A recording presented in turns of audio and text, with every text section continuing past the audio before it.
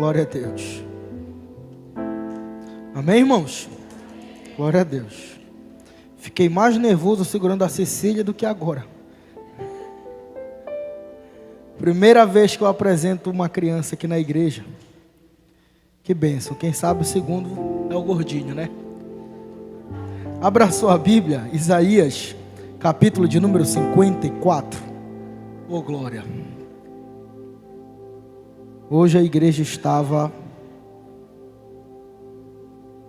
cantando maravilhosamente. Se a gente pudesse trocar, a gente sentar aí e vocês ficassem aqui cantando, tava uma maravilha. Isaías 54, versículo de número 1 e versículo de número 2. Diz assim a palavra do Senhor: Cante, ó estéril, você que não deu à luz. Exulte e grite de alegria, você que nunca sentiu dores de parto. Porque os filhos da mulher solitária são mais numerosos do que os filhos da casada, diz o Senhor.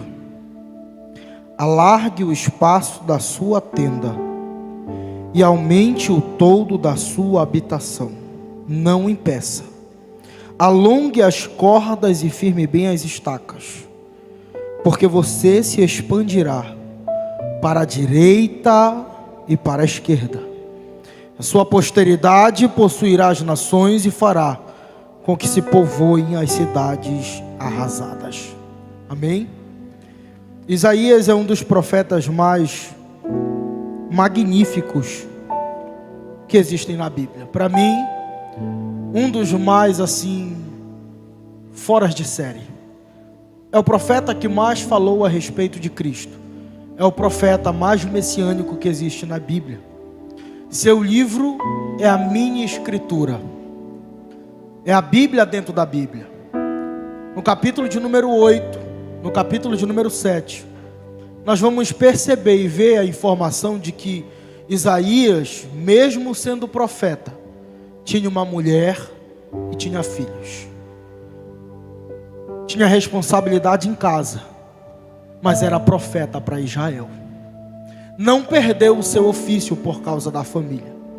Um homem influente, que vivia nos grandes reinados, envolvido com vários reis dentro de Israel, com uma posição social diferente de Amós, diferente de Oséias, diferente de outros profetas menores. Isaías tem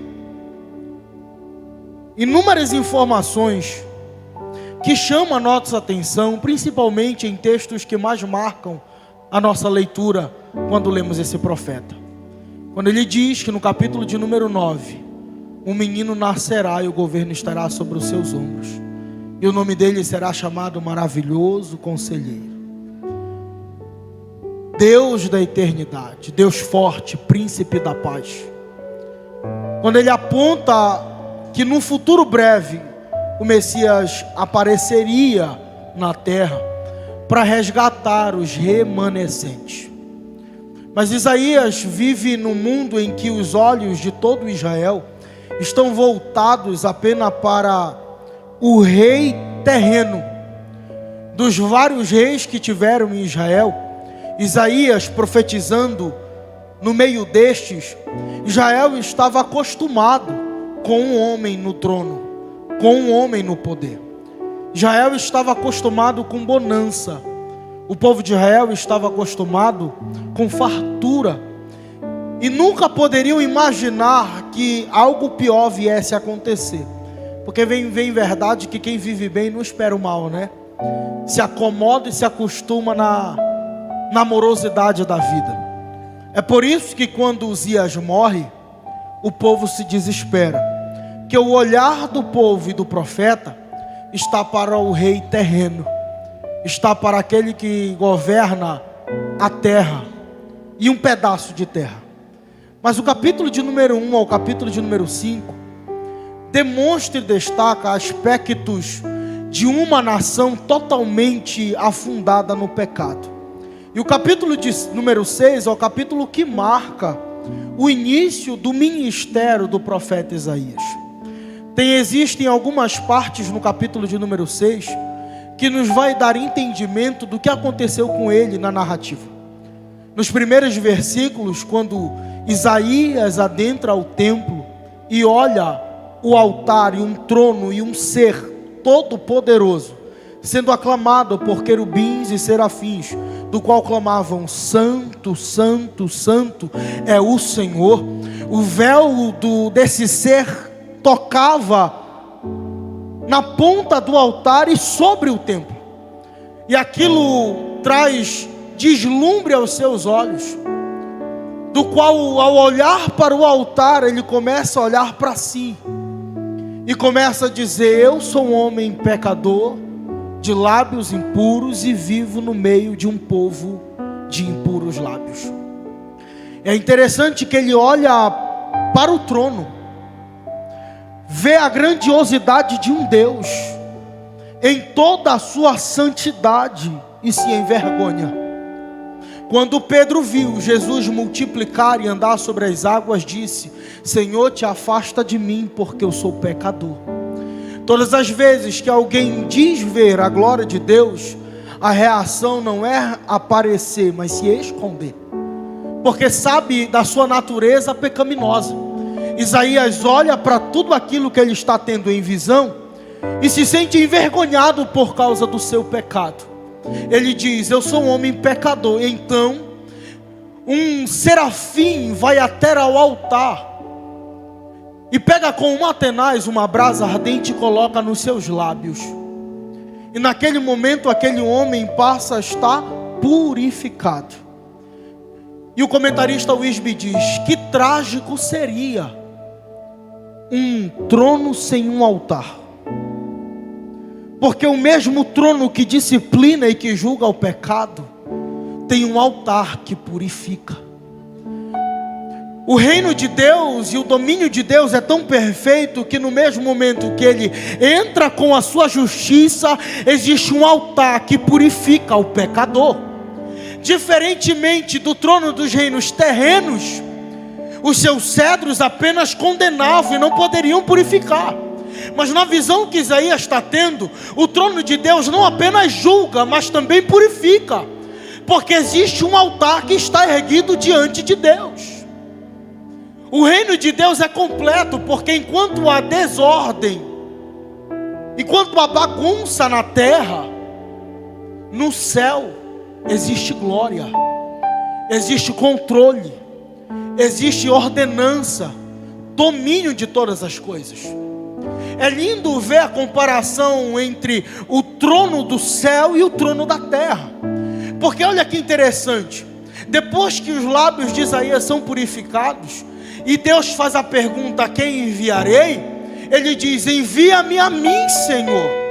O homem que chegou dentro do templo lamentando, reclamando, chorando porque um trono estava vazio, porque Uzias estava morto, está saindo do templo agora, sabe como? Como um missionário.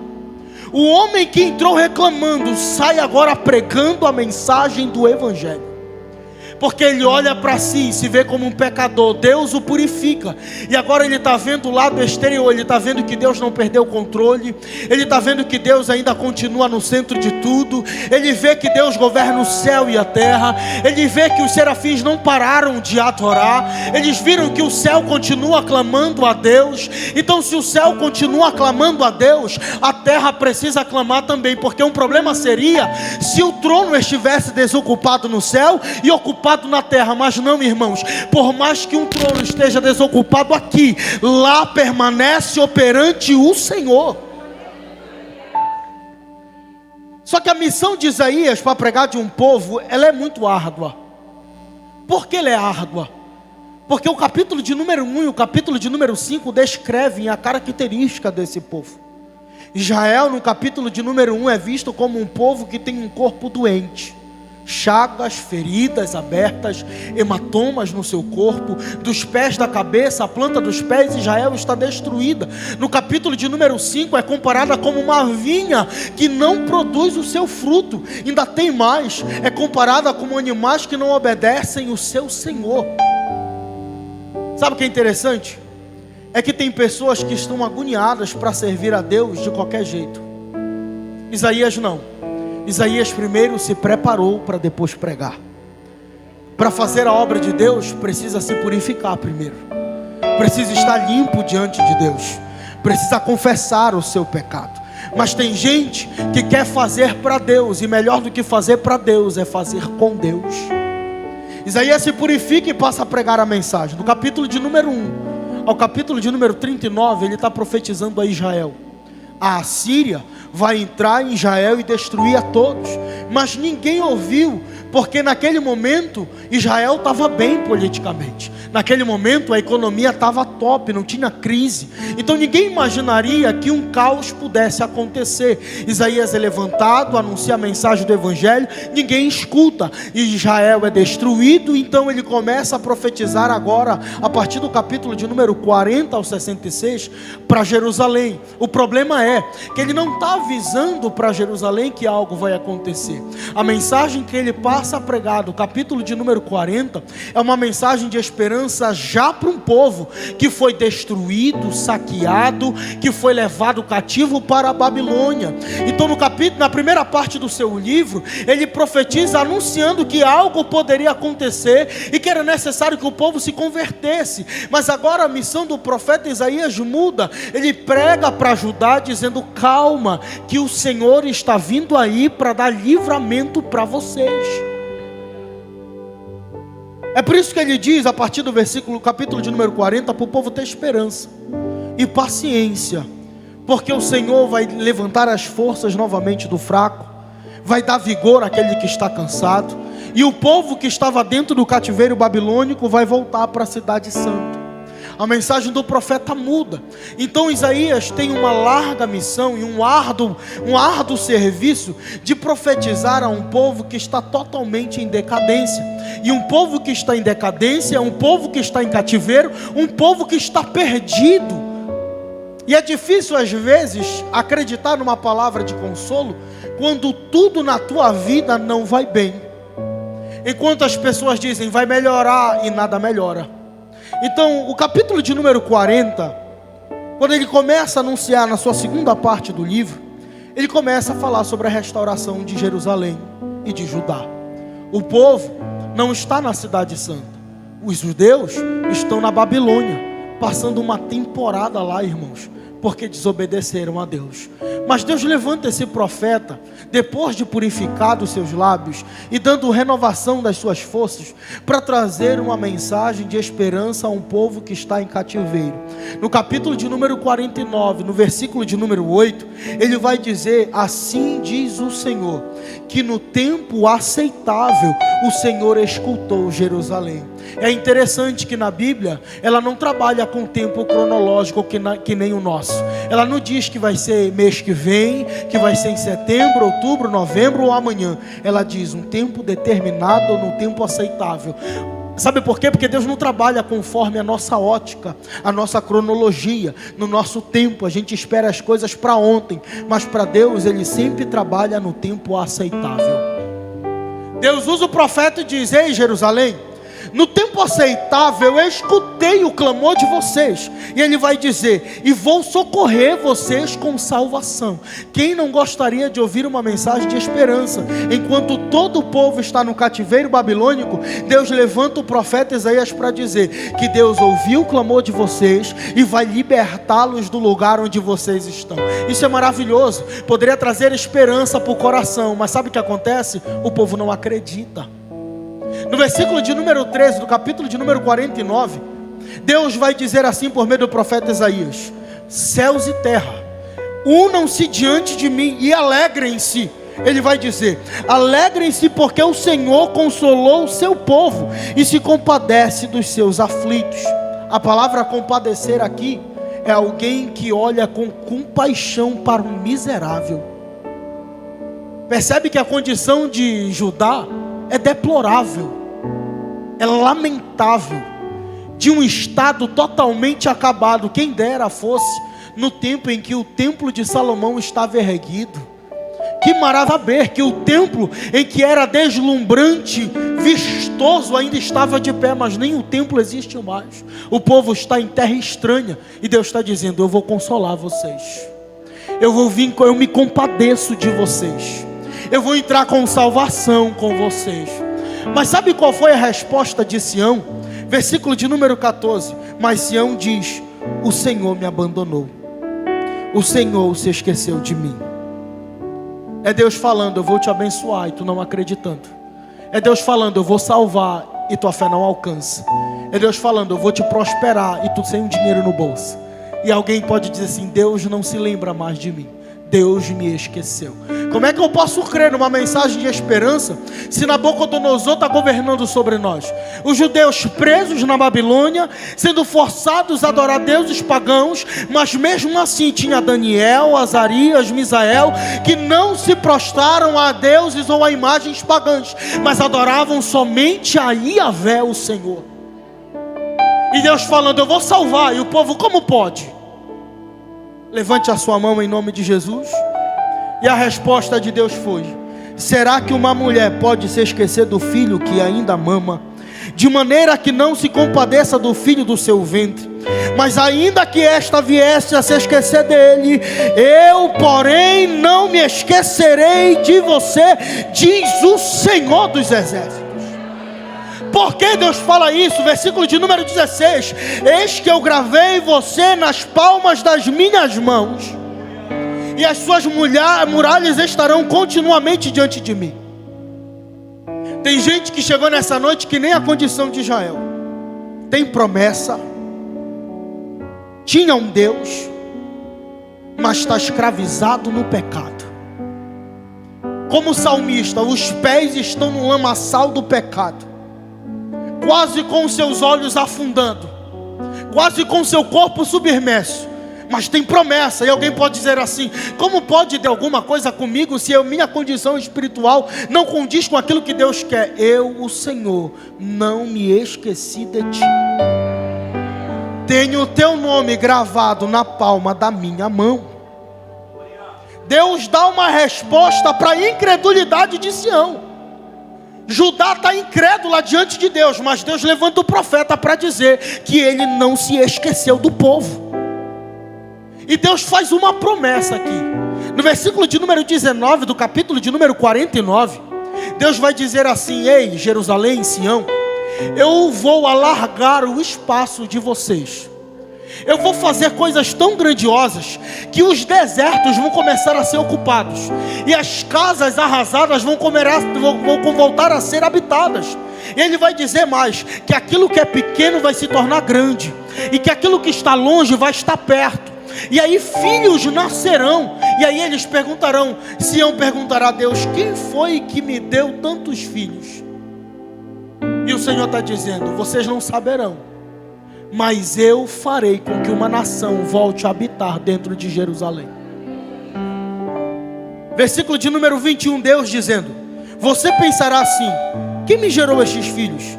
Pois sou mulher sem filhos e estéril, em exílio e abandonada. Quem criou estes filhos para mim? Fui deixada sozinha, e estes onde estavam?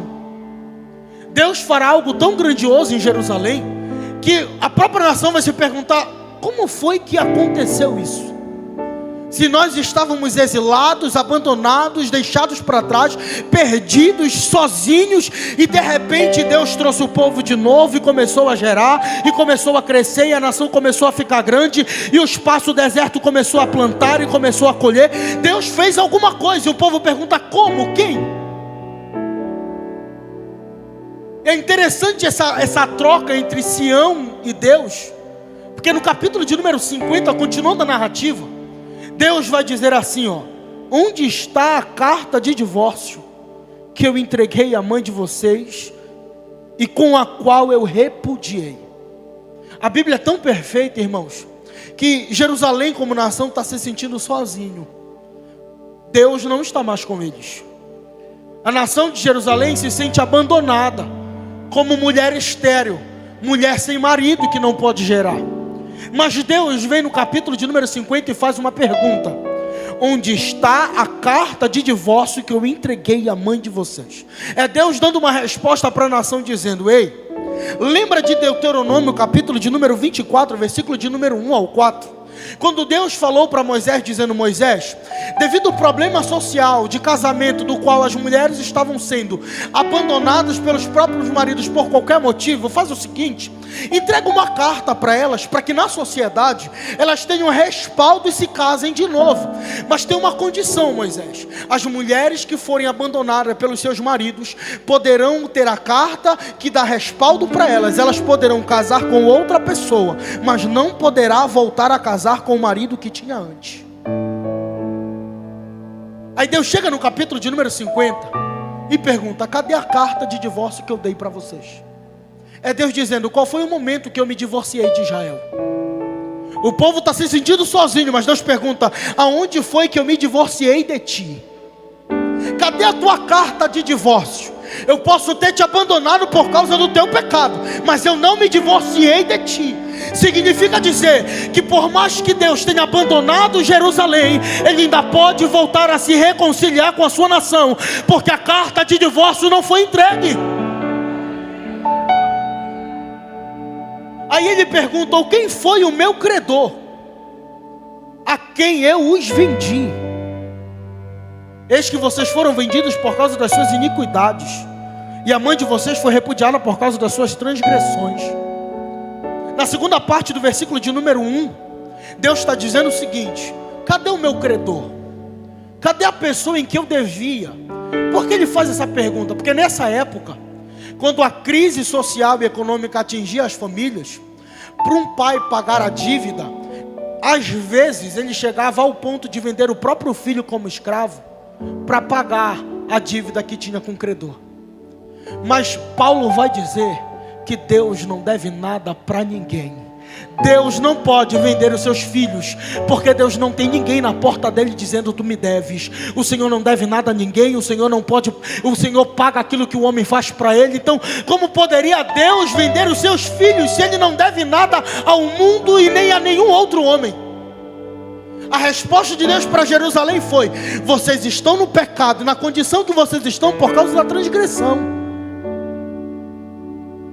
por causa do pecado de vocês, e que vocês estão aí, abandonados, porque Deus não tem contato com o pecado.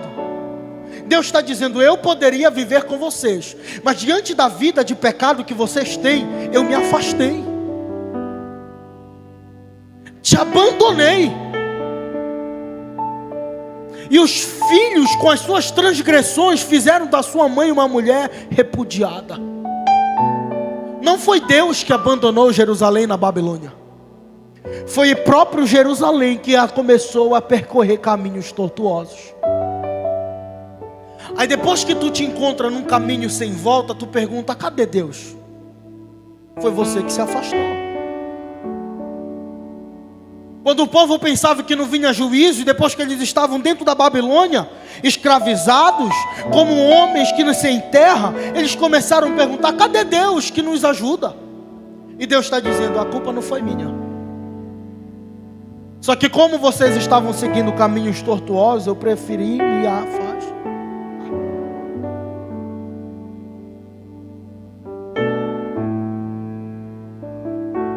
Deus dá essa resposta.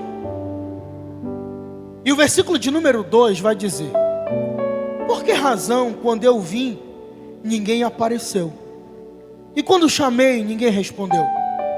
Será que a minha mão se encolheu tanto que já não pode remir? Deus dá uma resposta para Sião dizendo: ei, eu ainda fui atrás de ti, eu ainda chamei por ti, mas ninguém respondeu. Aí tem gente dizendo: será que Deus não pode fazer algo? Será que Deus não tem poder para me socorrer? Tem, porque a mão dele não está escondida. Ele está dizendo: eu ainda posso remir. A palavra remir é resgatar. Eu ainda posso te tirar da condição em que tu estás. Eu ainda posso te livrar da condição de vida que tu tens. Mas eu estou perguntando: cadê você? Será que tem alguém que pode ouvir a minha voz? Porque a minha mão ainda é poderosa para fazer. A minha mão ainda é poderosa para salvar. A minha mão ainda é poderosa para livrar. Mas tem alguém que pode ouvir o meu clamor nessa noite? Mas o povo estava tão em pecado que nem a voz de Deus eles conseguiam ouvir. Mas se Deus quiser salvar, Ele pode. Se Deus quiser resgatar, Ele resgata. Porque a sua mão não está encolhida para fazer tal coisa. Passa o capítulo de número 51, capítulo de número 52, capítulo de número 53. Surge um cântico poético, surge uma mensagem a respeito de Cristo, do qual o grito que está sendo dado aqui é de choro, é de tristeza, porque o cordeiro sem mácula vai ser sacrificado. Então a mensagem no capítulo de número 53 é que alguém está sofrendo por causa de uma nação.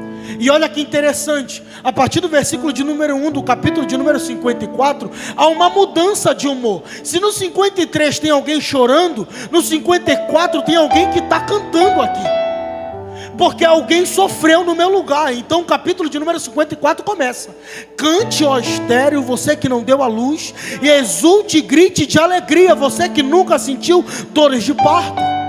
O capítulo de número 54 começa a ser a concretização daquilo que foi dito no capítulo de número 49. Se Deus disse que Deus vai dar a luz, que Deus vai gerar filhos, se o povo vai se perguntar como isso aconteceu, o capítulo de número 54 é a resposta. Quando ele dá uma ordem: cante, ó estéril, você que não deu a luz, e exulte o Deus da sua salvação, exulte com alegria, você que nunca sentiu dores de parto, porque os filhos da mulher solitária são mais numerosos do que o filho da casada, diz o Senhor.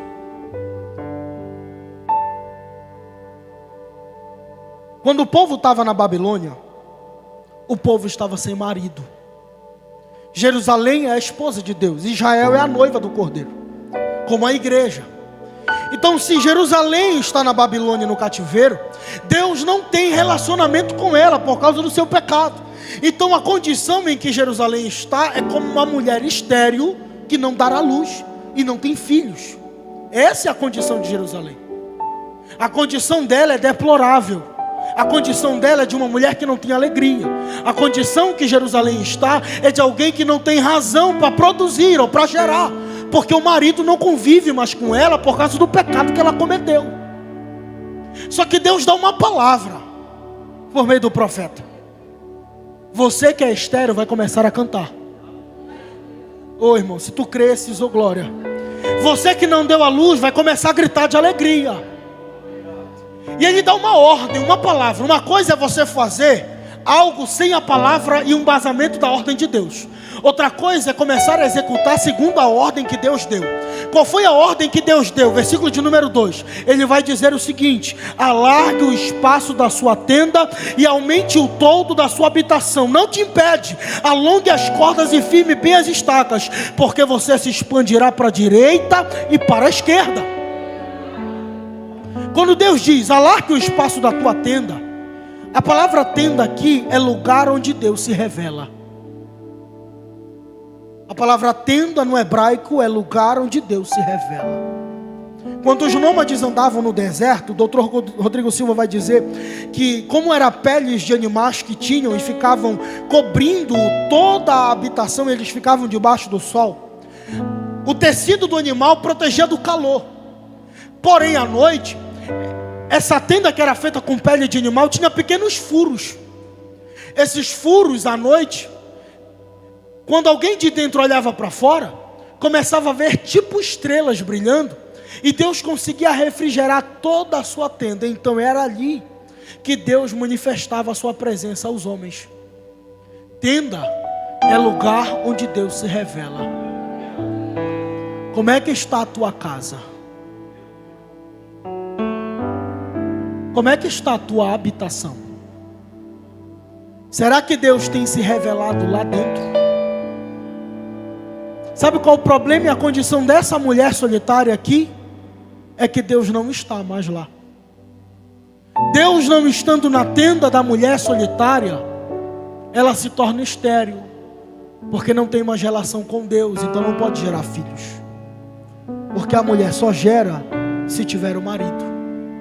Como Deus não está mais em contato com Jerusalém, Jerusalém não pode crescer mais, porque Deus se afastou dela. Mas agora, a mão poderosa do Senhor vem para remir Jerusalém. E pelo fato de vir resgatar Jerusalém do cativeiro, Ele está dizendo: tu vai começar a largar a tua tenda. Por quê? Porque eu vou começar a dar o crescimento.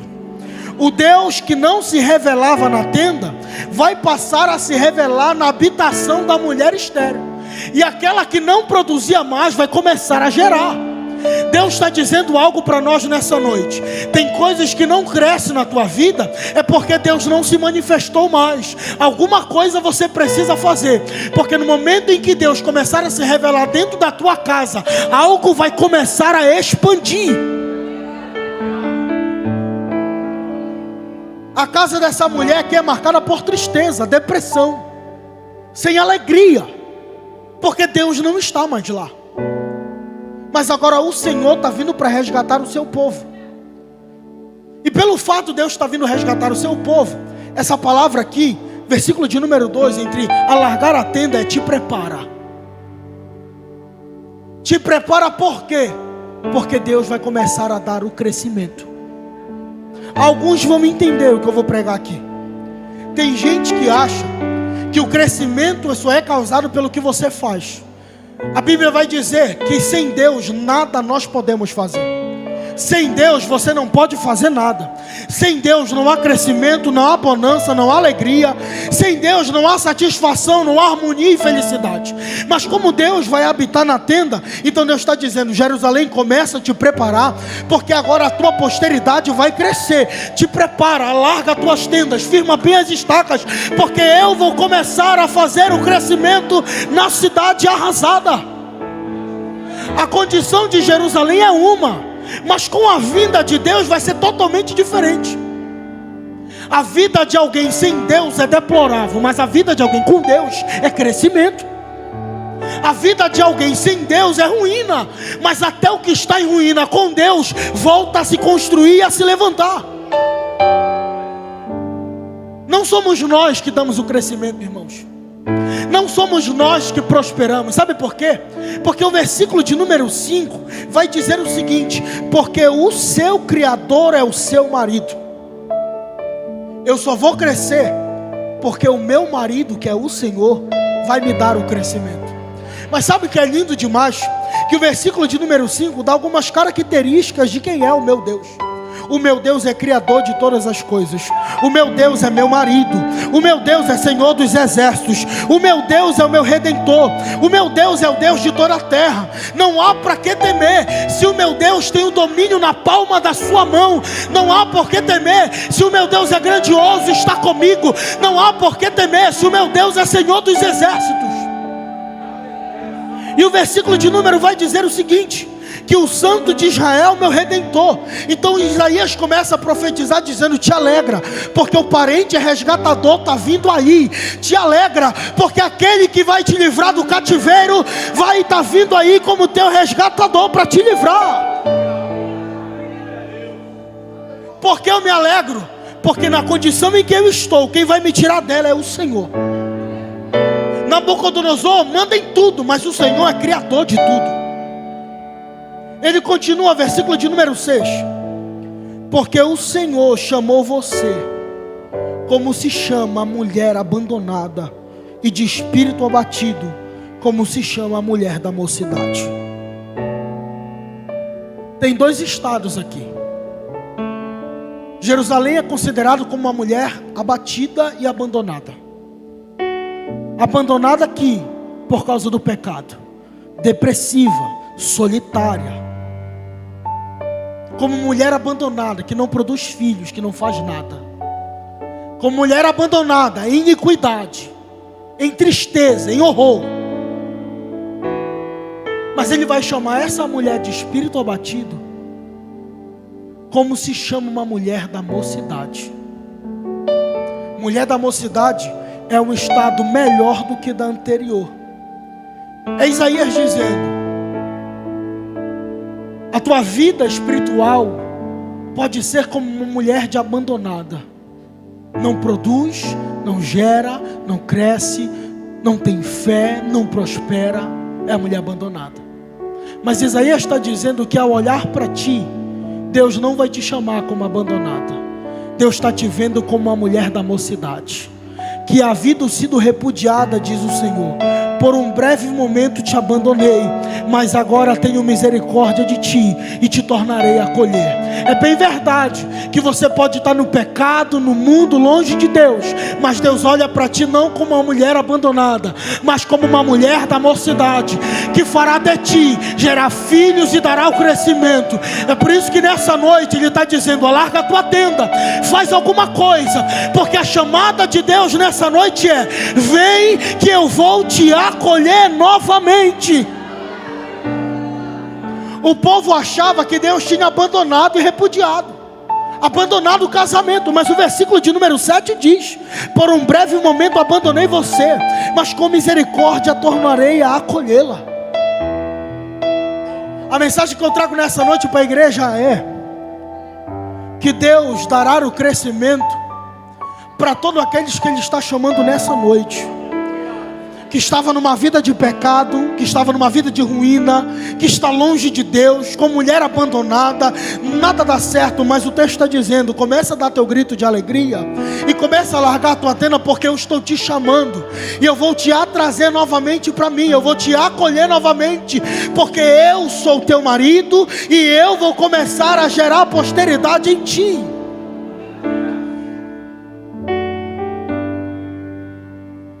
Esse texto é um texto de alegria, que nós não podemos fazer nada, mas quem vai dar o crescimento é o Senhor. Quando Ele diz: alarga a tua tenda e aumenta o todo da tua habitação, aumenta o teu espaço. E Ele diz mais uma coisa, irmão: não te impede. Não impede o teu crescimento. Não impeça. Alonga as tuas cordas. Tem gente que não acredita, mas isso só vai acontecer quando tu começar a executar aquilo que Deus tem falado para ti. Deus tem uma mensagem para alguém que precisa de uma resposta de crescimento. Tem coisas na tua vida e na tua casa que estão tudo fora do lugar, mas tenda é lugar onde Deus se revela. Deus quis se revelar para ti nessa noite. Fica de pé no seu lugar em nome de Jesus. Fica de pé. Fica de pé. Porque quem sabe chegou alguém dizendo que: Deus, por que tu me abandonou? Por causa do teu pecado. Mas Deus está disposto a te acolher novamente. Mas Deus está dizendo: eu te abandonei por um instante e eu vou dar o crescimento de novo. Não te chamo mais de mulher abandonada, mas mulher da mocidade, com mais vigor, com mais intrepidez, com mais força de vontade. Vai voltar a cantar de novo, porque o Senhor é o teu Criador, é o teu marido, é o teu parente resgatador. Feche seus olhos em nome de Jesus. Ó Espírito Santo, ó Espírito Santo, se tem alguém aqui nessa noite, nesse lugar, que tantas vezes clamou por ti e não sentiu nada, eu tenho certeza que o Senhor está chamando aí onde está para começar a ter um relacionamento de novo. E aquilo que está arrasado, aquilo que está destruído, aquilo que foi saqueado, aquilo que foi roubado, aquilo que foi escravidade, o Senhor vai tirar, vai devolver, vai fazer crescer, porque o Senhor é Deus. Traz nesse lugar, Espírito Santo. A tua palavra é poderosa para fazer. Feche teus olhos em nome de Jesus e comece a orar, porque Deus tem algo para fazer na sua vida. Se você crê, mas eu creio que o Senhor tem coisas grandiosas. Deus vai dar o crescimento, Deus vai trazer de volta a mulher abandonada. Ele não se divorciou, não, foi por um momento. Ele não deu a carta de divórcio, Ele vai trazer de novo, diz o Senhor.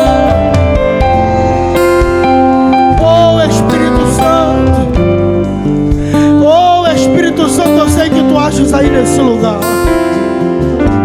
Eu sei que tu operas no meio da igreja agora. Pai, tu tem alargado as tendas dessa habitação, tem feito com que o trabalho cresça. É o Senhor que dá o crescimento. Nos dá condições de alugar, meu Deus amado, espaços maiores. Nos dá condições, Espírito Santo, de alargar as tendas, meu Deus amado, de colocar estacas em distâncias maiores, para que a tua mão poderosa esteja sobre nós, porque é o Senhor que dá, meu Deus amado, o aumento da porcentagem da população. É o Senhor que aumenta a quantidade de membros, é o Senhor que aumenta a quantidade de filhos, é o Senhor que prospera. O Senhor é dono de tudo, a tua mão é poderosa, a tua palavra diz e nós cremos nela. É o Senhor que faz, é o Senhor que faz, é o Senhor que opera, é o Senhor que opera. Que nessa noite haja reconciliação, meu Deus. Traz aquele que está perdido, traz aquele que está longe de ti, porque o Senhor chama, o Senhor chama. Oh meu Deus, nessa noite o teu amor é real e verdadeiro.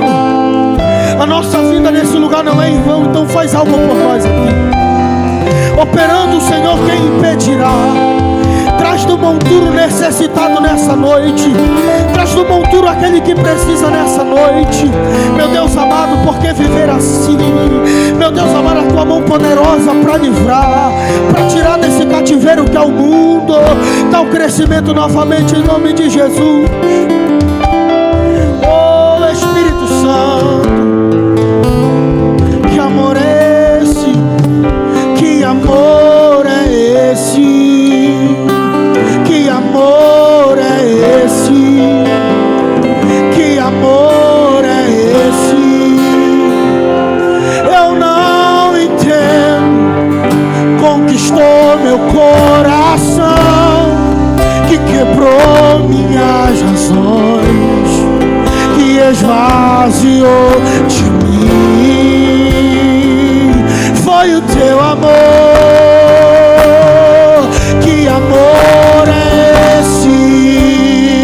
Que amor é esse? Que amor é esse?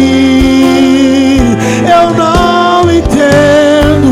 Que conquistou meu coração, que quebrou minhas razões, que esvaziou de mim. Foi o teu amor. E quem já pisou no santo dos santos, em outro lugar, não sabe viver. E onde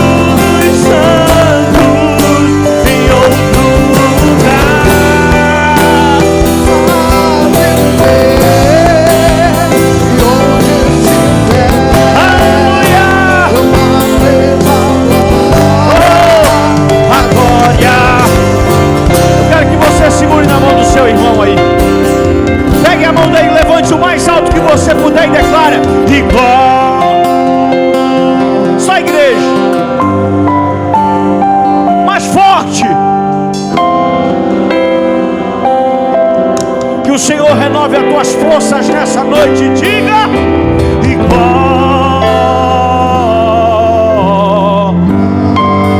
Que o Senhor renove as tuas forças. Que você possa largar para a esquerda e para a direita nessa noite. Ele é santo e santo.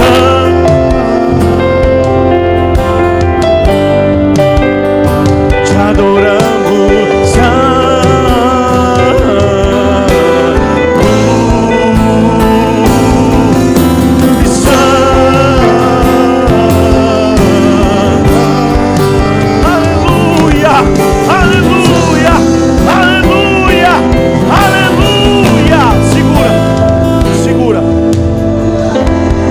Há uma graça aqui, irmão. Há uma presença aqui.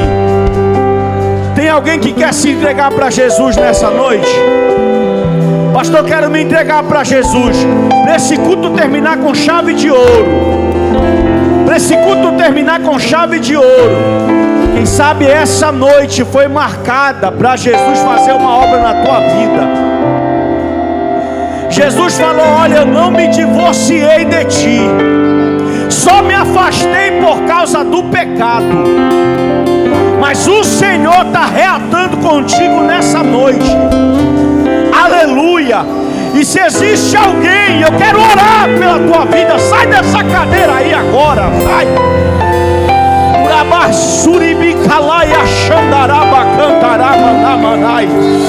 Eu quero orar pela tua vida com essa igreja. E não sai daqui sem reatar a tua aliança com o teu marido.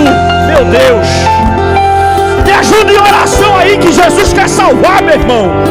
Me ajuda em oração aí, dizendo: Deus, salva.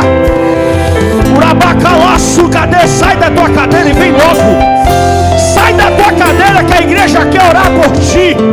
A igreja quer te apresentar em oração nessa noite, diante do altar do Cordeiro que te chama. O Senhor falou contigo através da sua palavra. Abacatara suribicanto vanagasebe anamanai icalaba xandaria racalaba iqueberebecanto vanas. Pastor Narciso, sou eu estou te esperando. Rápido, rápido, a hora já acabou, o tempo já foi embora, a oportunidade de hoje não volta mais. Jesus está te chamando hoje. Jesus está te chamando agora. É hoje, é nessa noite. Ele te trouxe aqui porque Ele quer reatar contigo. Ouve a voz de Deus e vem. E o Senhor está te chamando porque Ele é fiel. Pode vir, vem meu filho, vem.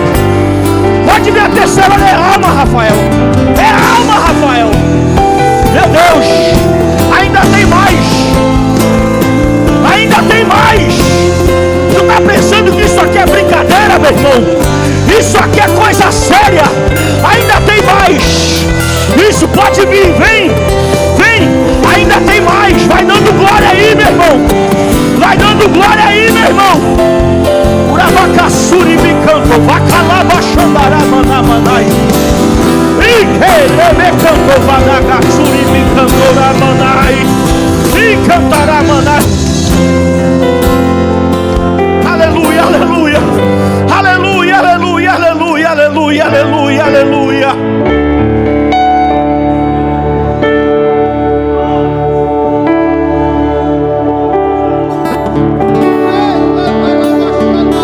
Há grilhões sendo quebrados.